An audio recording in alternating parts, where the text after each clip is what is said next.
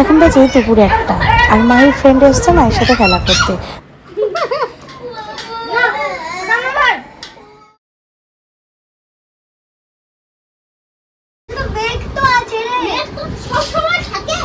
মায়ের পাপা তো বেরিয়ে গেছে তোমরা দেখলে, আর আমাদেরও সকালবেলা মাহির মামার বাড়িতে যাওয়ার কথা তোমাদের দাদাভাই বলে গেছে।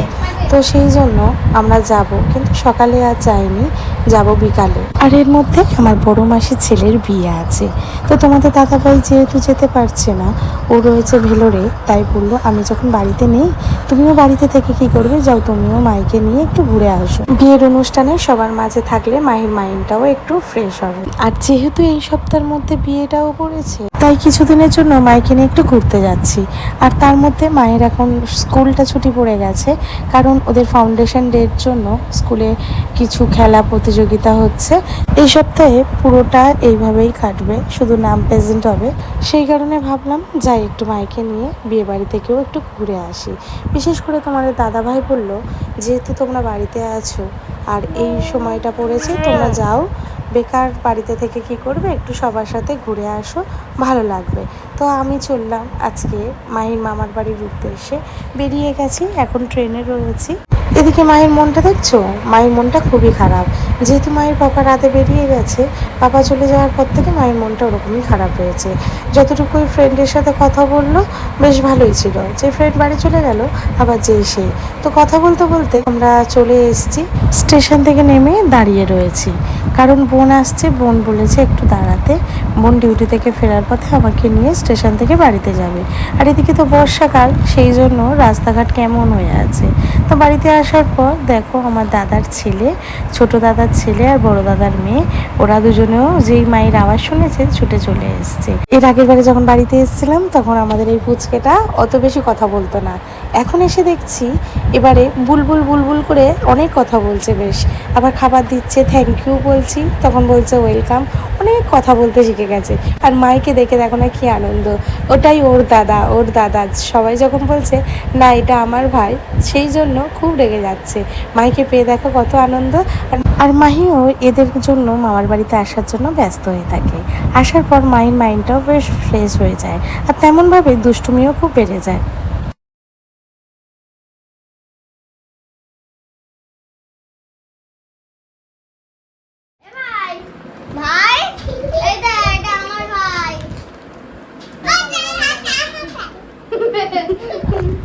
না এটা আমার ভাই, এটা আমার ভাই, এটা আমার ভাই, এটা আমার ভাই, না এটা আমার ভাই। মারতে নেই, দিদিকে মারছো। আমি বেরিয়ে যাই খান। এটা আমার ভাই, এটা আমার ভাই।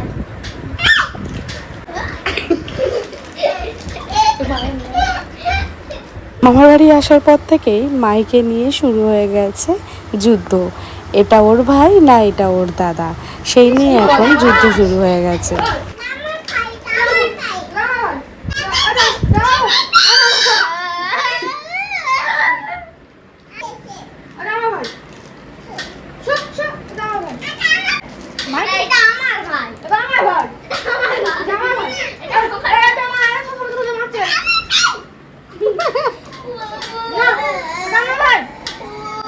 বল আদর কর, আসবে নাকি?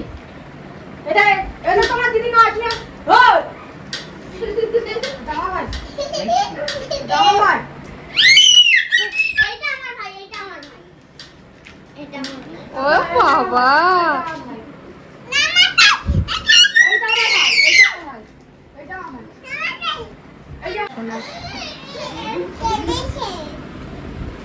ঘুম পাড়িয়ে দাও, ঘুম পাড়িয়ে দাও মাই দাদাকে। ঠিক আছে, এটা সবাই খাবে, ঠিক আছে? হ্যাঁ এটা সবার গায়ে ভাই, ঠিক আছে, এটা আমার ভাই, তোমার দিদি ভাই, তোমার দাদা, ঠিক আছে? হ্যাঁ না দাদার ভাই, আমার ভাই, ভাই দাদা।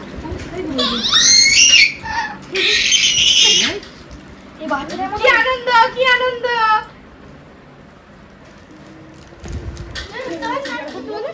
একটু ব্যায়াম করো তো, ফুগলা একটু ব্যায়াম করো।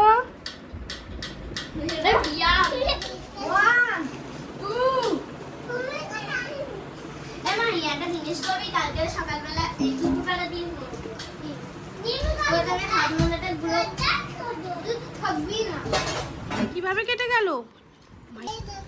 দেখো আমার মাম্মা হাত দিচ্ছি জ্বালা করছে হ্যাঁ এখানে কেটেছে, এখানে।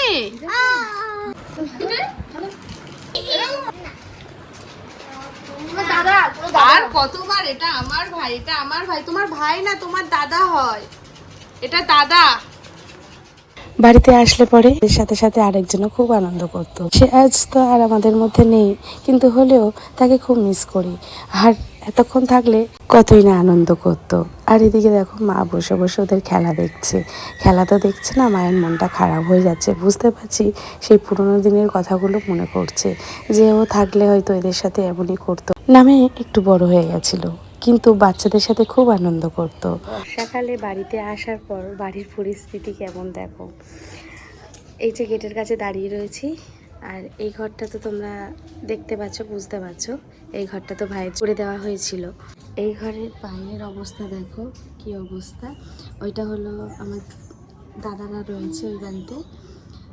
এই যে মাঝখানে পাঁচিল দেখছো, পাঁচিলের ওই পারে আগে এটা পুরোটাই ছিল, একসাথেই ছিল, উঠান ছিল বড়।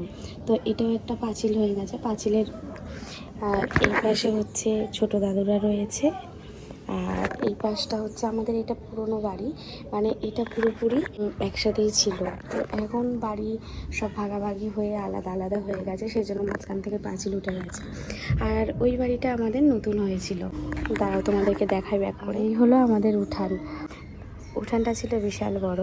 তো যাই হোক, এই যে দেখছো এই যে জায়গাটা থেকে সোজা এই জায়গাটা নিয়ে ওই যে ঠাকুর ঘর, ওই আমাদের বাড়ির ঠাকুর ঘর, ওই যে, তো দেখা যাচ্ছে না, মানে বুঝতে পারছো কিনা বুঝতে পারছি না।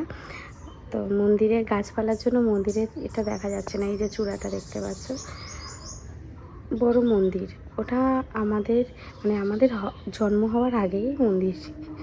তো যাই হোক, এখানে দেখো ঢালাই করা রয়েছে, আর এই জায়গাটা পুরোটা সোজাসুজি ঢালাই করাই রয়েছে, বাকিটা ছিল মাটি।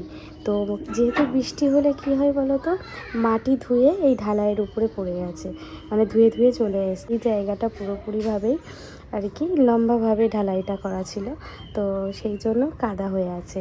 আর বর্ষাকালে উঠোনের অবস্থাটা দেখ কি, দেশের দিকে আসলেই মানে দেশ অতটা গ্রাম না, কিন্তু বর্ষাকাল আসলে মনে হয় যেন ভীষণ গ্রাম গ্রাম একটা পরিবেশ। তো যাই হোক, এই যে পেয়ারা গাছটা দেখো, এই হচ্ছে একটা পেয়ারা গাছ, আর এটা হলো একটা আম গাছ। এই পেয়ারা গাছ আর আম গাছ মিলে পুরো বাড়িটাই জঙ্গল করে রেখে দিয়েছে। এই ছিল।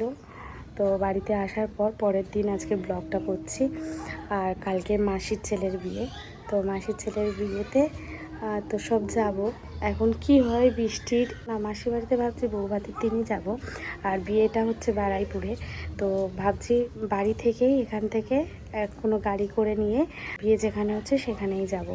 তো এটা এখন চিন্তাভাবনা আছে, বৃষ্টির সময় দেখা যাক কী হয়। আর মায়ের তো প্রচণ্ড বদমাস, কোথাও নিয়ে গিয়ে রাখলে মানে মাথা পুরো খারাপ করে দেবে, তার থেকে এখানে রয়েছে সেফটি। তো বিয়ের দিন এখান থেকেই ভাবছি যাব, আবার বিয়েতে ওখান থেকে বা এখানে চলে আসব, তারপরে বৌভাতের দিন মাসির বাড়িতে যাব। তো দেখা যাক কী হয় এখন। তো চলো বন্ধুরা, আজকের মতো ব্লগটা আমি এখানেই শেষ করছি। দেখা হবে নতুন কোনো ব্লগে তোমাদের সাথে। ততক্ষণ তোমরা সুস্থ থেকো, ভালো থেকো। আজকের মতো টাটা।